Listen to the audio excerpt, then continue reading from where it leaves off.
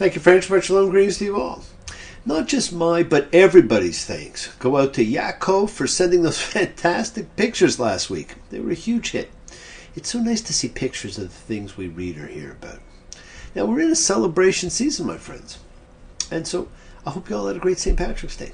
St. Patrick is the patron saint of Ireland who lived during the 5th century.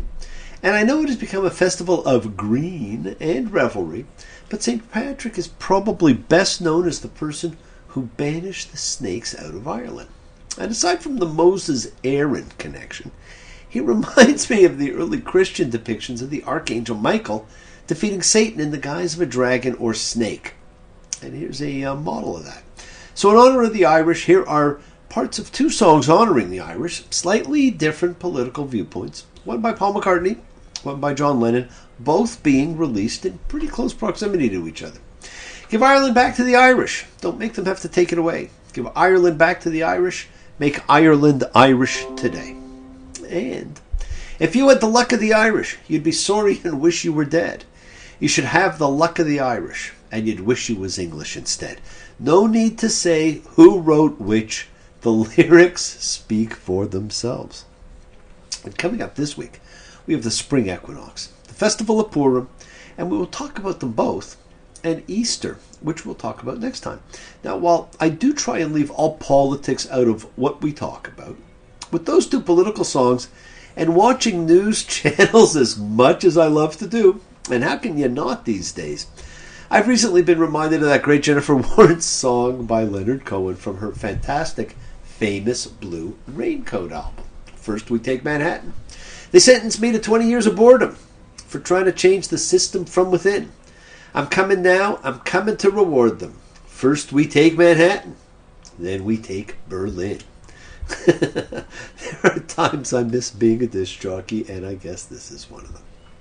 Now, during Rosh Hashanah, we talked about the 4 New Years that people have mentioned, and I suggested that solstices and equinoxes were actually those 4 key dates.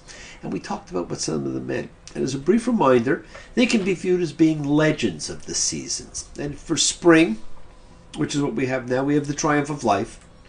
Summer was about loss and abundance. Autumn was the link between earth and heaven. And winter was the search for light. And of course, in the few days we have the first of spring, the great equinox, the Persian New Year, Nowruz. And at a time the world oversees change, life, opportunity for new possibility. Now, people really liked when we observed this together during the winter solstice. So let's now celebrate together the spring equinox. And this is just a little observation you can add to your own spiritual practices. Just another of your own ways to honor the earth. Now, this is Tekufat Nisan, the spring equinox, the first of Nisan, of which the ancients believed the first 12 days were the most important 12 days of the year. Now, an equinox is different, of course, from a solstice. A solstice was like a halfway point in the year. Longest day, longest night. Where a bigger cycle reached a halfway point and started back. And the equinox is an amazing beginning.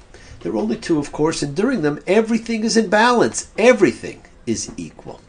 There is a reason most of the indigenous world saw spring as the new beginning, the start of the year. Now, famous occurrences of things on the spring equinox would be found in Jubilee 625.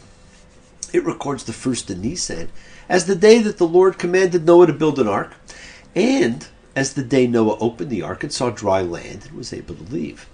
Now, the Seder Olam in 11.1, a work from Talmudic times, relates that the new moon of Nisan was the day that the Lord gave the calendar to Moses in preparation for the first celebration of Passover, which is also on the spring equinox. Now, in the Maxor Vitri, the spring equinox is the day of the first plague, the plague of blood, which falls upon Egypt. In the Otsar Midrashim, the spring equinox is the day when human beings receive protection from demons and evil spirits. On that day, the seraphim lift up their heads to heaven, and the fear of them falls upon the demons and spirits, and the seraphim shelter human beings beneath their wings to hide them from the demons. And of course, the Purim holiday falls near the spring equinox, and its heroine, Esther, reveals herself as a Jew to save her people. Now, you may have noticed that these tales associate the spring equinox with freedom. You have Noah leaving the ark, Hebrews leaving Egypt. It's associated with divine protection from oppression or danger, entering the ark, rising of the seraphim, and with life, the rebirth of the earth in the days of Noah, the blood in the Nile. In spring, young plants bursting forth from the ground need protection and room to grow, and we ask this blessing for ourselves as well. Now, let's all join together in a prayer for marking the changes in season. Havdalatha Tekufa. This blessing now may be recited over a cup of wine on the day of the equinox or solstice, or perhaps you'd prefer to say this prayer along with a blessing over a scent related to the season.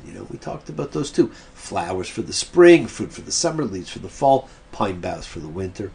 Now, as we said last time, this prayer is based upon the following text: the Havdalah ceremony, which divides the Sabbath from the weekday, the blessing over equinoxes and solstices, which can be found in the Babylonian Talmud, the traditional evening prayer, which marks the transition between day and night, and the Torah text in which God promises Noah that the seasons will continue as long as the earth endures.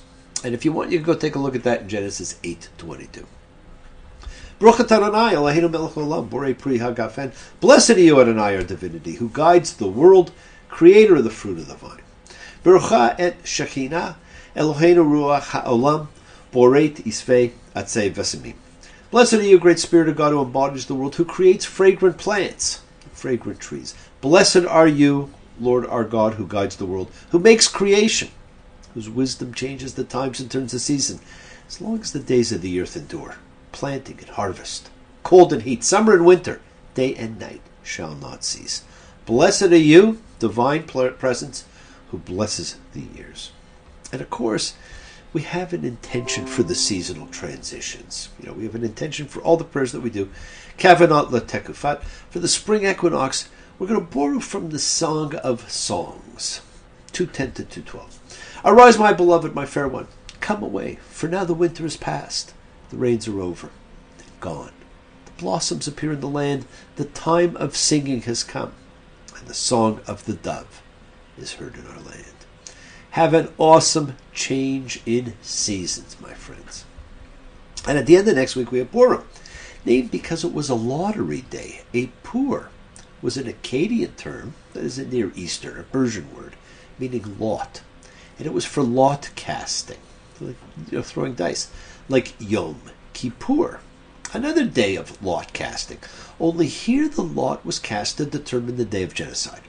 The story is recounted in the book of Esther, Megalit Esther, not a part of the Torah, but a part of the writings, the Ketuvim of the Tanakh. As we all know, it's the story of a Persian girl, Hadassah, who ends up married to King Xerxes, who ruled in the 5th century before the Common Era, and whose prime minister Haman plots the death of all the Jews of the empire because, as the story goes, one particular man discovers a plot to kill the king, reports it, is rewarded for it, and therefore is competition to Haman. To top it off, he refuses to bow to Haman. So when Haman discovers this man is Jewish, he plots the death of all the Jews. He then casts lots. That is, he rolls the dice to pick a date for their destruction. And the 13th of Adar is chosen. Now, this Jewish man is Mordechai, and his niece, the wife of the king, Hadassah, that is Esther, are the saviors of the Jewish race. She reveals her Jewish heritage, saved, is hanged. And the names Mordechai and Esther, of course, are really the names of the king and queen of the Babylonian pantheon, Marduk and Ishtar, names which would be very familiar to the people of the time. Now, the holiday is a celebration of a genocide which did not take place, and is celebrated by dressing in costume, therefore the comparison to Halloween. It's celebrated by drinking, since it was to be the end, by eating prune Danish instead of candy. I'll leave that out for now. That part I haven't quite figured out. And donating to charity, which, my friends, you should really do all the time anyhow. It's a great story, and there are some fantastic movies about it that you should try and catch. Okay. Welcome, friends, to the book of Leviticus. The driest, probably most boring, and winner of the most likely to lose a reader book in the Torah. There are only 2 stories in it, and both are there simply to prove a point. It's a book only concerned with the conduct of the cult. 2 whole tractates of the Talmud based on Leviticus would be devoted to the laws of the cult and will remain the object of intensive study, something you'll probably not be doing. Now, on the positive side, it is the shortest of the books of the Torah, and it's poised right in the middle of the Torah. And as is the custom, the Parsha and the name of the book are the same. Its Hebrew name is the Book of Vayikra, not Viagra, although I guess it can seem like it keeps going. So if you find yourself reading it for more than 4 hours, call a doctor. And the name does not provide the foreshadowing the English name provides. The English name tells you what you're getting. The Hebrew not at all. And he called. How is that a hint that you just reached a book of rules? As Noah so rightly pointed out, we just finished reading about the tabernacle and everything about it. And its trappings speak of its transitory state, designed to be taken down, moved, and built again. Now that's true. And it's about to undergo a 40-year journey. And it'll be many more years before it's ensconced in the first temple. Do you really think a book of priestly rules would come next? Probably not. If the Torah were to be continuous, the Numbers would naturally be the next book. The story of the wilderness generation and its rebellions and growing pains in becoming a nation. Now, Rashi had said, study of the Torah should begin with Leviticus and not Gemini. Let the pure ones come and study laws of purity, he said. Do not read this if you are looking for what John Lennon sang about. I'm sick and tired of hearing things from uptight, short-sighted, narrow-minded hypocrites. All I want is the truth. Just give me some truth. Well, this is not a book of truth. It's a book of rules, designed for what became a religion of rules. Now, before it became Leviticus, it actually had an ancient name that's not used anymore, and it was known as the Law of the Priesthood. And that is what it is. And I'm sure it was a much later edition. These are the rules of the priestly class. And you can tell this book was written by a priest. And it places the priests who alone could perform sacrifice in a correspondingly critical role. Genesis and Exodus were powerful books encompassing global movements and the actions of God. The universe, the land, waters, and sky is in disarray. The book of Leviticus takes place in one spot the entire time, at the foot of the mountain of God where the Epiphany took place. And it is wholly concerned not with the acts of God, but the words of God. Say the word, and you'll be free. Say the word, and be like me. Say the word I'm thinking of. Have you heard? The word is love. It's so fine, it's sunshine. It's the word love. In the beginning, I misunderstood, but now I've got it. The word is good. Leviticus is concerned with orderliness, with arrangement. Leviticus pictures the beginning of the solidification, the formation of an identity, of a people through law. Now, I love that so many of you who never read the Torah before have worked to read it as we discuss it every week. But I get it. Go ahead, skip forward to Numbers. We begin it around June 11th, and we'll rejoin the wilderness journey. But you know what? Check in every week or so, friends, to find out what the latest rules said. But more importantly, not what they said so much as what they really mean. And I will do my best to obviate the boredom. I will do my best to point to things you might miss in just reading it. And so I'll give you a hint now. The theme of the laws is written to parallel the theme of creation. It is all about dividing. In Hebrew, the word is hivdal. Now, just as creation was the result of things being divided or separated from, so most of the rules in this book are all about dividing.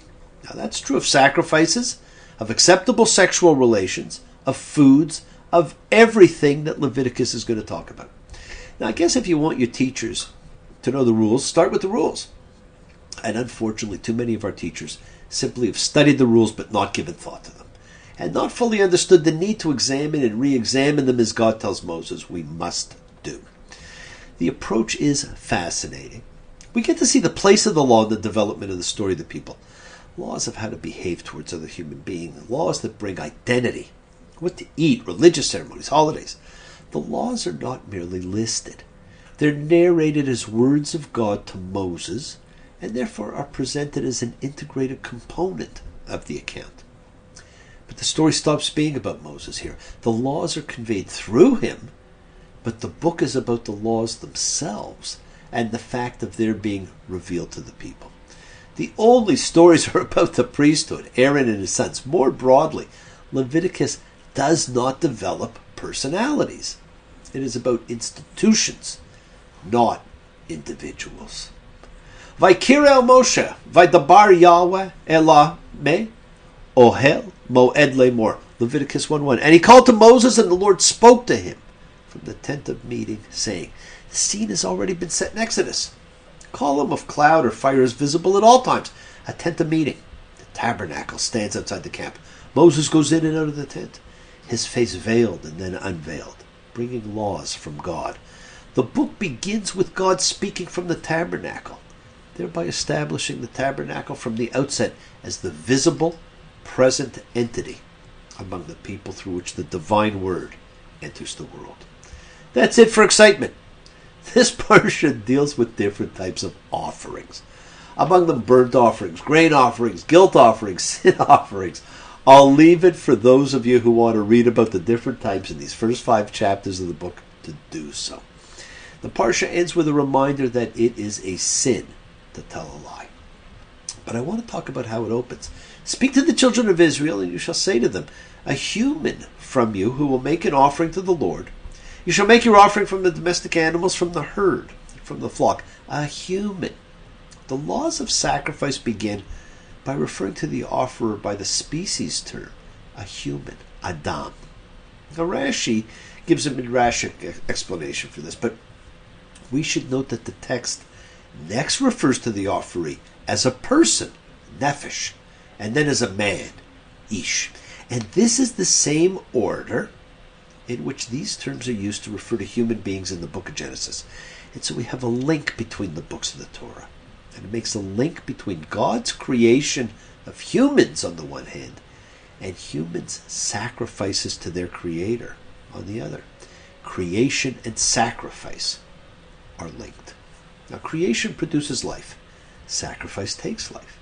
And so the word order here subtly reminds us that when we take animals' lives in order to support our own, we should remember, my friends, that both their lives and ours are part of a common creation, and that both are treated in the Torah as sacred. The world is sacred, so is everything in it. My friends, express your gratitude, light a candle, make a wish. Celebrate your life and the lives of those you love. Share your feelings with them. Live free, be free, honor your freedom. Be well, be happy, be blessed. Share and honor the light and all who live in the light and continue to shine. Continue to send everyone you know goodwill and love. Pray for peace and freedom for everyone and end to terror and hatred. Remember, friends, we are a community. We learn together, we celebrate each other, we love each other. We share this right together, men and women equally. Let's send out love, not fear. Send out peace, harmony, good healing to all who need it. Please do. Learn to forgive and learn to love. Open your hearts. Honor the relationships of your life. Tell those you love that you love them. Take advantage of the time you have. And remember, the journey is yours to enjoy. These are the twists and turns and the patterns that weave through the fabric of our lives. In our effort to grow, to learn, to be, to love, please do love. And share the light with all who live in the light and all who need the light. And remember, keep opening your hearts and watch for that glory of God. Just be sure when you say I love you, it's a sin to tell a lie. Millions of hearts are broken just because those words were spoken. Bless you all. Have a fantastic week. A week of love and light and peace.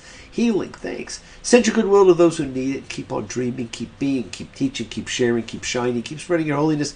Have an awesome equinox and a fantastic Purim. And thank you all for joining me. Shabbat Shalom.